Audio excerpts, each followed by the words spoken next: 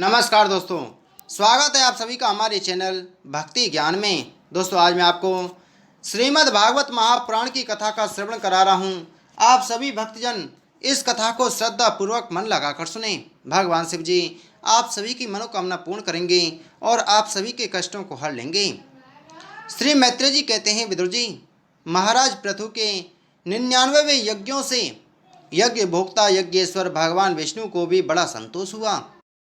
उन्होंने इंद्र के सहित वहां उपस्थित होकर उनसे कहा, श्री भगवान ने कहा, राजन, इंद्र ने तुम्हारे 100 अश्वमेघ पूरे करने के संकल्प में विघ्न डाला है।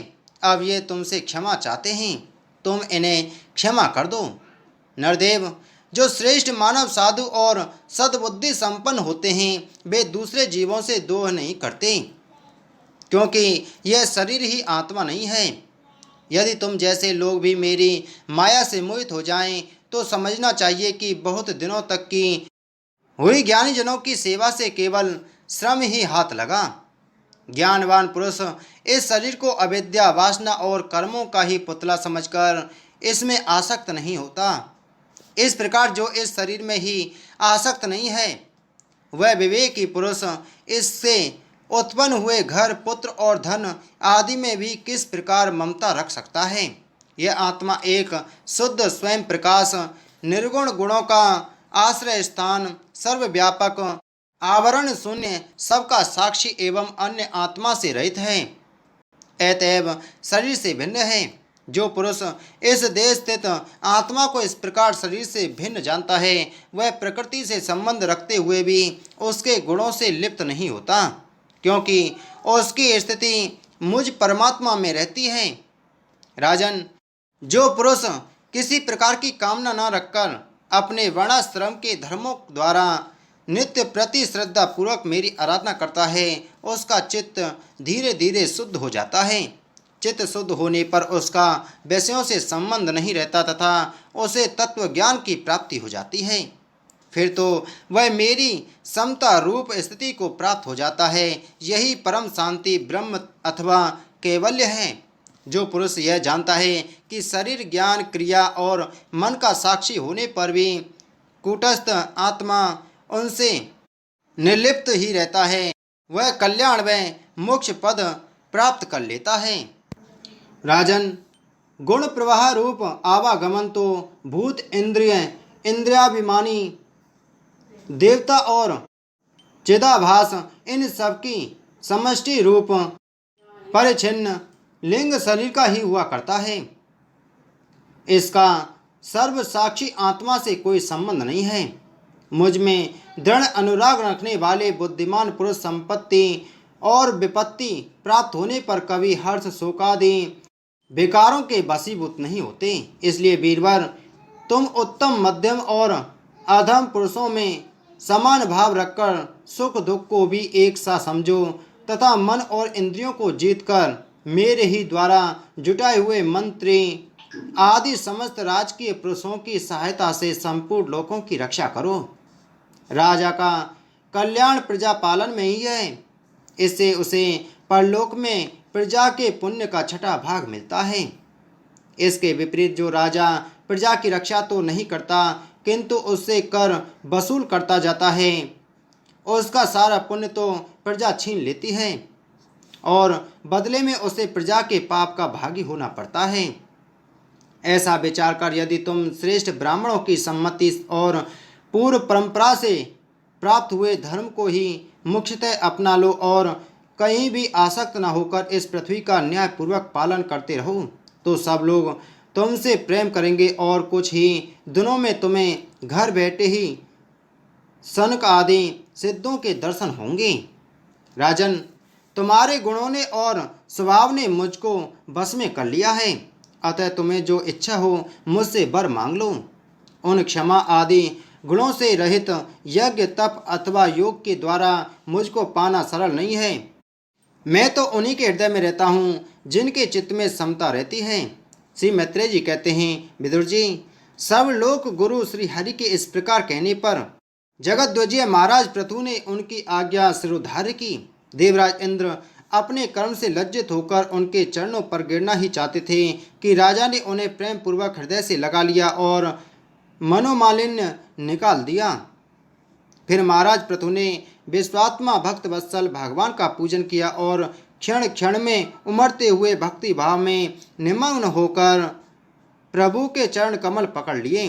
श्री हरि वहाँ से जाना चाहते थे, किंतु पृथु के प्रति जो उनका वात्सल्य भाव था उसने उन्हें रोक लिया। वे अपने कमल दल के समान नेत्रों से उनकी ओर देखते ही रह गए, वहाँ से जा ना सके। आदिराज महाराज पृथु भी नेत्रों में जल भरकर आने के कारण ना तो भगवान का दर्शन ही कर सके और ना तो कंठ गदगद हो जाने से कुछ बोल ही सके। उन्हें हृदय से आलिंगन कर पकड़े रहे और हाथ जोड़ ज्यों के त्यों खड़े रह गए। प्रभु अपने चरण कमलों से पृथ्वी को स्पर्श किए खड़े थे। उनका कराग्र भाग गरुण जी के ऊंचे कंधे पर रखा हुआ था। महाराज पृथु नेत्रों के आंसू पहुंचकर अतृप्त दृष्टि से उनकी ओर देखते हुए इस प्रकार कहने लगे। महाराज पृथु बोले, मोक्षपति प्रभु, आप वर देने वाले ब्रह्मादि देवताओं को भी वर देने में समर्थ हैं। कोई भी बुद्धिमान पुरुष आपसे देहाभिमानियों के भोगने योग्य विषयों को कैसे मांग सकता है? वे तो नारकी जीवों को भी मिलते ही हैं। अतः मैं इन तुच्छ विषयों को आपसे नहीं मांगता। मुझे तो उस मोक्ष पद की भी इच्छा नहीं है जिसमें महापुरुषों के हृदय से उनके मुख द्वारा निकला हुआ आपके चरण कमलों का मकरंद नहीं है, जहाँ आपकी कीर्ति कथा सुनने का सुख नहीं मिलता। इसलिए मेरी तो यही प्रार्थना है कि आप मुझे 10,000 कान दे दीजिए, जिनसे मैं आपके लीला गुणों को सुनता ही रहूं। पुण्य कीर्ति प्रभु, आपके चरण कमल मकरंद रूपी अमृत कणों को लेकर महापुरुषों के मुख से जो वायु निकलती है उसी में इतनी शक्ति होती है कि वह तत्व को भूले हुए हम कुयोगियों को पुनः तत्व ज्ञान करा देती है। अतएव हमें दूसरे वरों की कोई आवश्यकता नहीं है। उत्तम कीर्ति वाले प्रभु, सत्संग में आपके मंगलमय सुयश को देववश एक बार भी सुन लेने पर कोई पशु बुद्धि पुरुष भले ही तृप्त हो जाए, गुणग्राही उसे कैसे छोड़ सकता है? सब प्रकार के पुरुषार्थों की सिद्धि के लिए स्वयं लक्ष्मी जी भी आपके सुयश को सुनना चाहती हैं। अब लक्ष्मी जी के समान मैं भी अत्यंत उत्सुकता से आप सर्वगुण धाम पुरुषोत्तम की सेवा ही करना चाहता हूँ, किंतु ऐसा न हो कि एक ही पति की सेवा प्राप्त करने की होड़ होने के कारण आपके चरणों में ही मन को एकाग्र करने वाले हम दोनों में कलह छिड़ जाए। जगदीश्वर जगत जननी लक्ष्मी जी के हृदय में मेरे प्रति विरोध भाव होने की संभावना तो है ही, क्योंकि जिस आपके सेवा कार्य में उनका अनुराग है उसी के लिए मैं भी लालायित हूँ, किंतु आप दीनों पर दया करते हैं। उनके तुच्छ कर्मों को भी बहुत करके मानते हैं। इसलिए मुझे आशा है कि हमारे झगड़े में भी आप मेरा ही पक्ष लेंगे। आप तो अपने स्वरूप में ही रमण करते हैं, आपको भला लक्ष्मी जी से भी क्या लेना है? इसी से निष्काम महात्मा ज्ञान हो जाने के बाद भी आपका भजन करते हैं। आप में माया के कार्य अहंकार आदि का सर्वथा अभाव है। भगवान, मुझे तो आपके चरण कमलों का निरंतर चिंतन करने के सिवा सत्पुरुषों का कोई और प्रयोजन ही नहीं जान पड़ता। मैं भी बिना किसी इच्छा के आपका भजन करता हूँ। आपने जो मुझसे कहा है कि वर मांग, सो आपकी इस वाणी को तो मैं संसार को मुँह में डालने वाली ही जानता हूँ।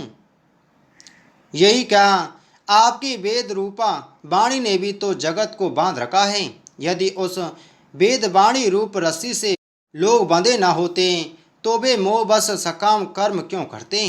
प्रभु, आपकी माया से ही मनुष्य अपने सात्विक स्वरूप आपसे विमुख होकर अज्ञानवश अन्य स्त्री पुत्रादि की इच्छा करता है। फिर भी जिस प्रकार पिता पुत्र की प्रार्थना की अपेक्षा न रखकर अपने आप ही पुत्र का कल्याण करता है, उसी प्रकार आप भी हमारी इच्छा की अपेक्षा न करके हमारे हित के लिए स्वयं ही प्रयत्न करें। श्री मैत्रेय जी कहते हैं, आदिराज पृथु की इस प्रकार स्तुति करने पर सर्वसाक्षी श्री हरि ने उनसे कहा, राजन, तुम्हारी मुझ में भक्ति हो, बड़े सौभाग्य की बात है कि तुम्हारा चित्त इस प्रकार मुझ में लगा हुआ है। ऐसा होने पर तो पुरुष सहज में ही मेरी उस माया को पार कर लेता है जिसको छोड़ना या जिसके बंधन से छूटना अत्यंत कठिन है। अब तुम सावधानी से मेरी आज्ञा का पालन करते रहो। प्रजापालक नरेश, जो पुरुष मेरी आज्ञा का पालन करता है उसका सर्वत्र मंगल होता है। श्री मैत्रेय जी कहते हैं, विदुर जी, इस प्रकार भगवान ने राजर्षि पृथु के सार गर्भित वचनों का आदर किया। फिर पृथु ने उनकी पूजा की और प्रभु उन पर सब प्रकार कृपा कर वहां से चलने को तैयार हुए।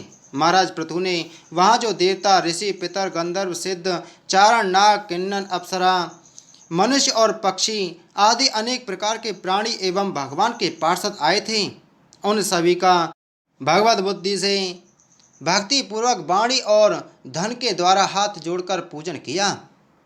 इसके बाद वे सब अपने अपने स्थानों को चले गए। भगवान अच्युत भी राजा पृथु एवं अनेक पुरोहितों का चित्त चुराते हुए अपने धाम को सिधारे। तदंतर अपना स्वरूप दिखाकर अंतर्ध्यान हुए। अव्यक्त स्वरूप देवादिदेव भगवान को नमस्कार करके राजा पृथु भी अपनी राजधानी में चले आए। बोलो श्रीमद्भागवत महापुराण की जय। बोलो श्री कृष्णचंद्र महाराज की जय।